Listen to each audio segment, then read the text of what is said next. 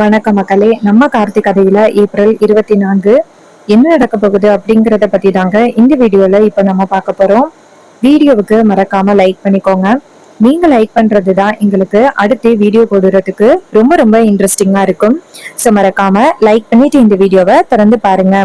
என்ன நடக்குது அப்படின்னு பாத்துக்கிட்டீங்கன்னா, அந்த வில்லி கலா இருக்காங்கல்ல, அவங்க எல்லாரையும் பார்த்து சொல்றாங்க, இங்க பாருங்க, இன்னைக்கு அத்தை காணாம போனதுக்கு அந்த கார்த்தி தான் காரணமா இருப்பான் கண்டிப்பா. நேத்தே அத்தை சொன்னாங்க, தனக்கு ஏதோ ஆபத்து வரப்போகிறதா சொன்னாங்க. கண்டிப்பா இது எல்லாத்துக்குமே காரணம் அந்த கார்த்தியா தான் இருப்பான். அவன் மேல இப்பவே நான் புகார் கொடுக்கறேன். அத்தை காணாம போனதுக்கு அவன் தான் காரணம் அப்படின்னு இப்பவே நான் அதிகாரிங்க கிட்ட புகார் கொடுக்கறேன் அப்படின்னு வில்லி சொல்றாங்க. இத கேட்டதும் ராஜா சொல்றாரு, ஏய் உனக்கு என்ன பைத்தியமா பிடிச்சிருக்கு? ஈஸ்வரி எப்படி காரணமா கார்த்தி எப்படி காரணமாவாரு? கார்த்தி வந்துட்டு சீக்கிரம் வெளியில இருந்தா மட்டும்தான் ஈஸ்வரிய காப்பாத்த முடியும். நீ தேவையில்லாம வந்துட்டு மாப்பிள்ளை மேல பழி போடாத அப்படின்னு. அதுக்கு வில்லி சொல்றாங்க, நீங்க எல்லாருமே சேர்ந்து அந்த கார்த்திகே சப்போர்ட் பண்றீங்க அப்படிங்கறது எனக்கு நல்லாவே தெரியும்.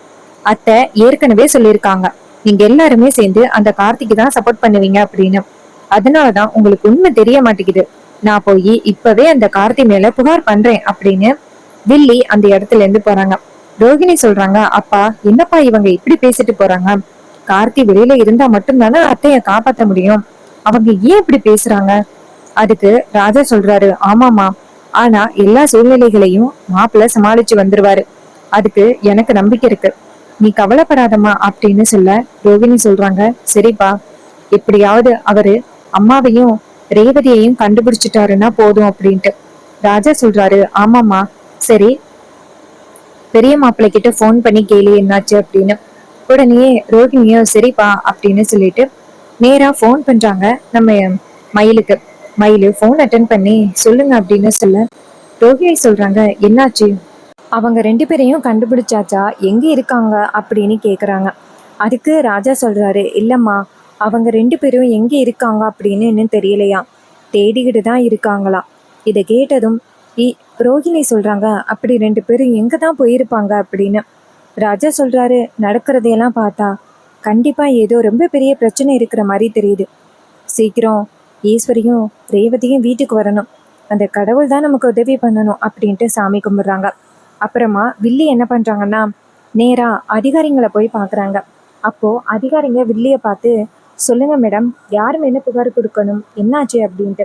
அதுக்கு கலா சொல்றாங்க, சார் இது மாதிரி எங்க அத்தையையும் எங்க வீட்டு பொண்ணையும் காணும். அதுக்கு யாரு காரணம் அப்படின்னு எங்களுக்கு தெரியும். அவங்க மேல புகார் கொடுக்கறதுக்காக வந்திருக்கோம். சீக்கிரம் அத்தையை காப்பாத்தி கொடுங்க அப்படின்னு. இதை கேட்டதும் அவரு சொல்றாரு, என்ன மேடம் சொல்றீங்க? ரெண்டு பேரையும் காணுமா? சரி, புகார் கொடுங்க. யாரு காரணம் அப்படிங்கிறதையும் சொன்னீங்க அப்படின்னா அவங்களுக்கு கிடைக்க வேண்டிய தண்டனையை நாங்க வாங்கி கொடுத்துருவோம். இதை கேட்டதும் கலாவும் சரிங்க சார் அப்படின்னு சொல்லிட்டு ஹீரோ மேல புகார் கொடுக்குறாங்க. புகாரை கொடுத்துட்டு நேரா கலா சொல்றாங்க, சார் என்ன ஆனாலும் சரி, எங்க வீட்டு பொண்ணையும் எங்க அத்தையும் நீங்க தான் வந்துட்டு அந்த பையன்கிட்ட இருந்து காப்பாத்தி கொடுக்கணும் அப்படின்னு சொல்லிட்டு அந்த இடத்துல இருந்து கிளம்புறாங்க. அப்போ அவர் வந்துட்டு புகாரை பார்த்துட்டு, இது என்ன, கார்த்திக் சார் மேல புகார் கொடுத்துருக்காங்க, சரி நம்ம எதா இருந்தாலும் விசாரிச்சு பாக்குறது சரி அப்படின்னு சொல்லிட்டு அவர் என்ன பண்றாருன்னா நேரா நம்ம கார்த்தியை பிடிக்கிறதுக்காக கிளம்புறாரு. இன்னொரு பக்கம் நம்ம ஹீரோவும் மயிலும் சேர்ந்து அத்தை இருக்கிற இடத்தையும் ரேவதி இருக்கிற இடத்தையும் கண்டுபிடிச்சு நேரா அந்த இடத்துக்கு போயிடுறாங்க. அங்க போயிட்டு அங்க செங்கல் சூளையில பத்த வைக்க வரவங்களை டக்குன்னு ஸ்டாப் பண்ணி உள்ளார ரெண்டு பேர் இருக்காங்க அப்படின்னு சொல்லி அவங்க ரெண்டு பேரையும் காப்பாத்தி வெளியில கூட்டிட்டு வந்துட்டு முகத்துல தண்ணி தெளிக்கிறாங்க. அப்ப தண்ணி தெளிச்சு நேரா அவங்க அத்தை கிட்ட, அத்தை என்னாச்சு, இப்ப அவங்களுக்கு சரியாயிட்டா அப்படின்னு கேக்குறாங்க. ஈஸ்வரி சொல்றாங்க, எனக்கு சரியாயிட்டு அப்படின்னு. ஆனா ரேவதி இன்னும் மயக்கத்திலே இருக்காங்க. ஈஸ்வரி நேரா ஹீரோவை பார்த்து, இங்க பாரு, உன்னை என் பொண்ணை பார்த்தா அப்படின்னா கண்டிப்பா என்ன ஏது அப்படின்னு கேட்டு ரொம்பவே பிரச்சனை பண்ணுவா, அதனால நீ கிளம்பு அப்படின்னு சொன்னதும் ஹீரோவும் சரிங்கத்த அப்படின்னு சொல்லிட்டு கிளம்புறாங்க. அதுக்கு முன்னாடியே ரேவதி கண்முழிச்சிடுறாங்க. ரேவதி கண்முழிச்சதோட ஹீரோவை பார்த்துட்டு, சார் நீங்க இங்க என்ன பண்றீங்க, நீங்க தான் எங்களை காப்பாத்துனதா அப்படின்னு கேக்குறாங்க. ஈஸ்வரி ரொம்பவே அதிர்ச்சி ஆகுறாங்க. ஈஸ்வரி கேக்குறாங்க, என்னடி இது, சாரை வந்துட்டு எம்டி அப்படின்னு சொல்ற? ஈஸ்வரி பார்த்துட்டு ரொம்பவே அதிர்ச்சி ஆகுறாங்க. என்னடி சொல்ற எம்டி அப்படின்னு. அப்ப ஹீரோயின் சொல்றாங்க, ஆமாமா, இவர் தான் என்னோட எம்டி சார். இவரு தான் நம்மளை ஆபத்துல இருந்து காப்பாத்தினாரா அப்படின்னு.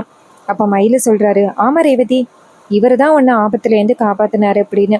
இதை கேட்டதும் ரேவதிக்கு ரொம்பவே சந்தோஷமா இருக்கு. அப்படியா, இவர் தான் என்ன ஆபத்துல இருந்து காப்பாத்தினாரா அப்படின்ட்டு. அப்ப ரேவதி நேரா ஹீரோவை பார்த்து, ரொம்ப தேங்க்ஸுங்க, எங்களை ரொம்ப பெரிய ஆபத்துலேருந்து என்னையும் என் அம்மாவையும் காப்பாத்திருக்கீங்க. நான் ஆஃபீஸ் வரல அப்படிங்கிறத தெரிஞ்சுக்கிட்டு, எனக்கு ஏதோ பிரச்சனை அப்படின்னு தெரிஞ்சுக்கிட்டு நீங்க வந்து என்னை காப்பாத்திருக்கீங்க. உங்களுக்கு நான் கண்டிப்பா ரொம்ப பெரிய நன்றி கடன் பட்டிருக்கேன் அப்படின்னு. அப்ப ஹீரோ சொல்றாரு, சரி நான் கிளம்புறேன் அப்படின்ட்டு. அப்ப ரேவதி சொல்றாங்க, என்ன சார், என்னையும் அம்மாவையும் இவ்வளோ பெரிய ஆபத்துலேருந்து காப்பாத்திருக்கீங்க, இப்போ போயிட்டு வரேன் அப்படின்னு சொல்றீங்க, எங்க வீட்டில் வந்து ஒரு வேளை சாப்பிட்டுட்டு போங்க சார் அப்படின்னு சொல்லிட்டு நேராக ஹீரோவை கூப்பிடுறாங்க. அப்ப ஈஸ்வரி சொல்றாங்க, ரேவதி, அவருக்கு நிறைய வேலை இருக்கும், அவரு பெரிய ஆஃபீஸில் இருக்கார் அப்படின்னு நீ சொல்ற, அவரு கண்டிப்பா நிறைய வேலைகளை பார்க்குற மாதிரி இருக்கும், நீ அவரை கூப்பிட வேணாம் அப்படின்னு. அதுக்கு ரேவதி சொல்றாங்க, இல்லம்மா, அவர் கண்டிப்பா வருவாருமா அப்படின்னு ஹீரோவை பார்த்து, சார் ப்ளீஸ் சார். உடனே ஹீரோவும் சரி நான் வரேன் அப்படின்னு சொல்லிட்டு நேராக கிளம்புறாங்க. நேராக எங்கே வராங்க அப்படின்னா வீட்டுக்கு வராங்க. வீட்டுக்கு வந்ததும் ராஜா வந்துட்டு ஹீரோவை பார்த்துட்டு ரொம்ப சந்தோஷப்படுறாரு. ஈஸ்வரியே வந்துட்டு மாப்பிள்ளைய கூட்டிட்டு வராங்களே அப்படின்னு. ஈஸ்வரி உள்ளார வந்துட்டு, இங்கே பாருங்க, நான் இவரை எதுக்காக அழைச்சிட்டு வந்தேன் அப்படின்னா, இவர் ரேவதியோட எம்டியா, அவரு தான் இப்போ எங்கள் 2 பேரோட உயிரையும் காப்பாற்றிருக்காரு.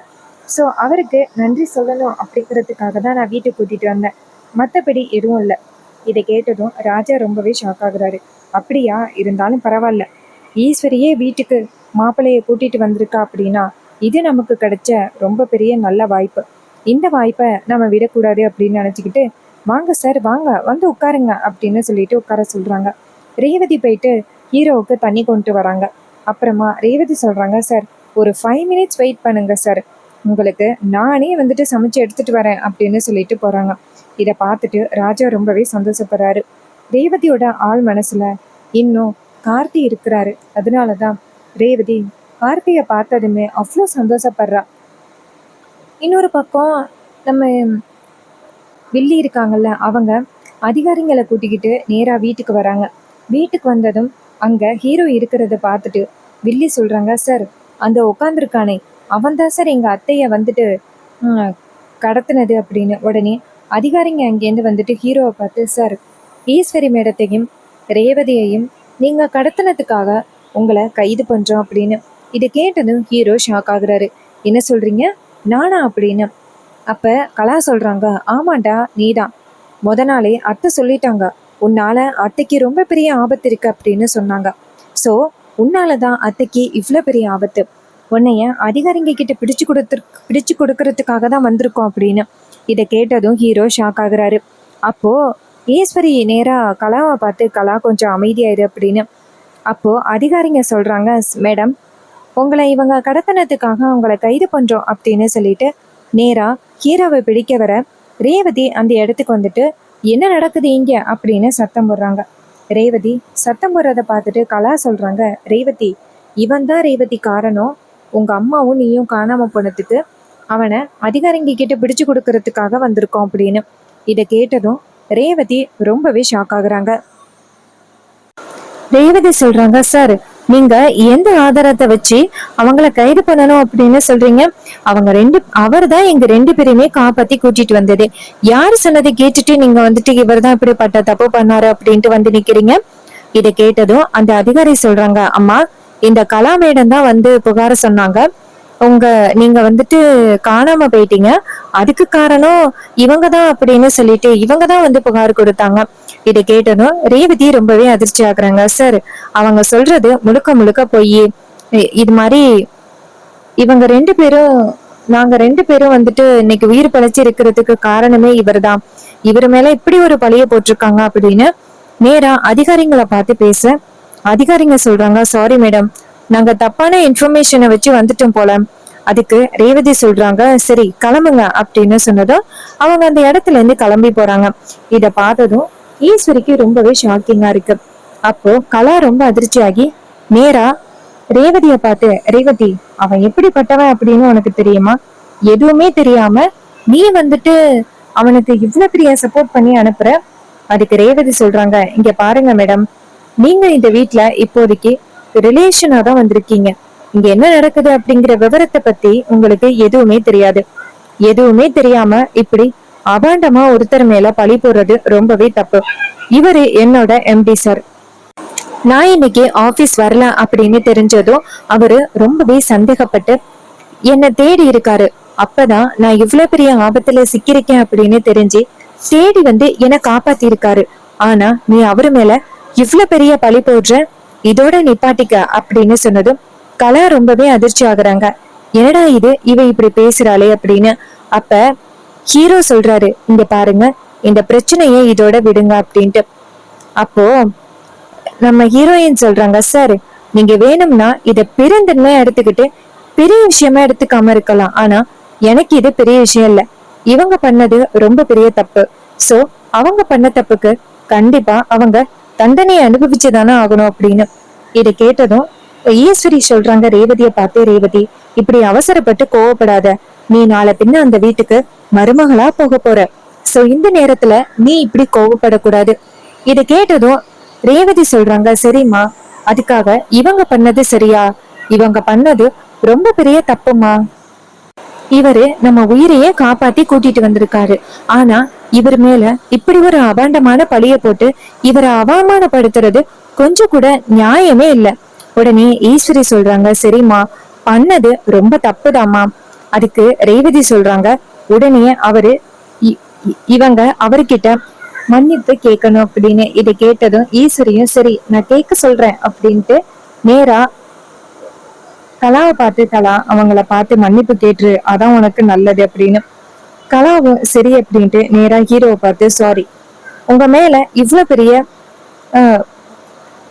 தப்பு சொல்லி அதிகாரிங்க கிட்ட பிடிச்சு கொடுக்க பார்த்தது என்னோட தப்பு தான், ஏன்னா மன்னிச்சிருங்க அப்படின்னு சொல்ல, உடனே ஹீரோ சொல்றாரு, பரவாயில்ல பரவாயில்ல அப்படின்னு சொல்ல, உடனே அவங்களும் சரி அப்படின்னு சொல்லிட்டு அந்த இடத்துல இருந்து கிளம்புறாங்க.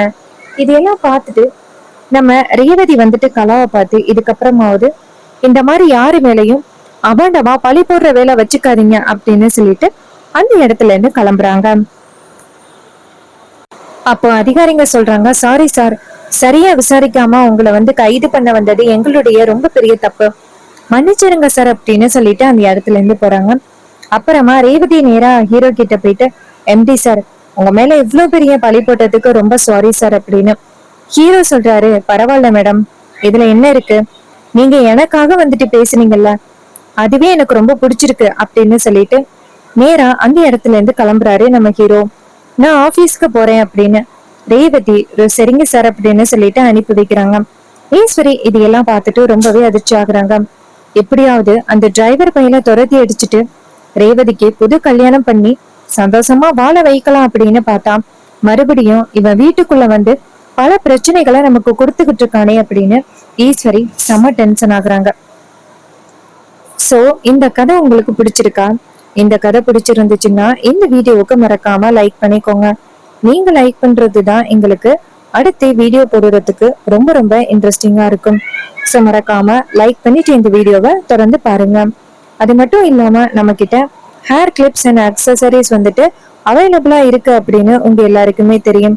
இந்த ஹேர் கிளிப்ஸ் அக்சசரிஸ் எல்லாமே ரொம்பவே அஃபோர்டபுள் ரேட்ல உங்களுக்கு கிடைக்கும். அதாவது 5 ருபீஸ்ல இருந்து 10 ருபீஸ் வரைக்கும் உங்களுக்கு நாங்க ஆஃபர் கொடுக்குறோம். இந்த ஆஃபரை பயன்படுத்திக்கணும் அப்படின்னா கமெண்ட்ல ஹாய் அப்படின்னு மெசேஜ் பண்ணி சீக்கிரம் ஆர்டர் பிளேஸ் பண்ணி பை பண்ணிக்கோங்க. அது மட்டும் இல்லாம நீங்க வீட்ல இருந்தே பிசினஸ் பண்றீங்க அப்படின்னா உங்களுக்கு ஒரு சூப்பரான ஆஃபர் கூட காத்துக்கிட்டு இருக்கு.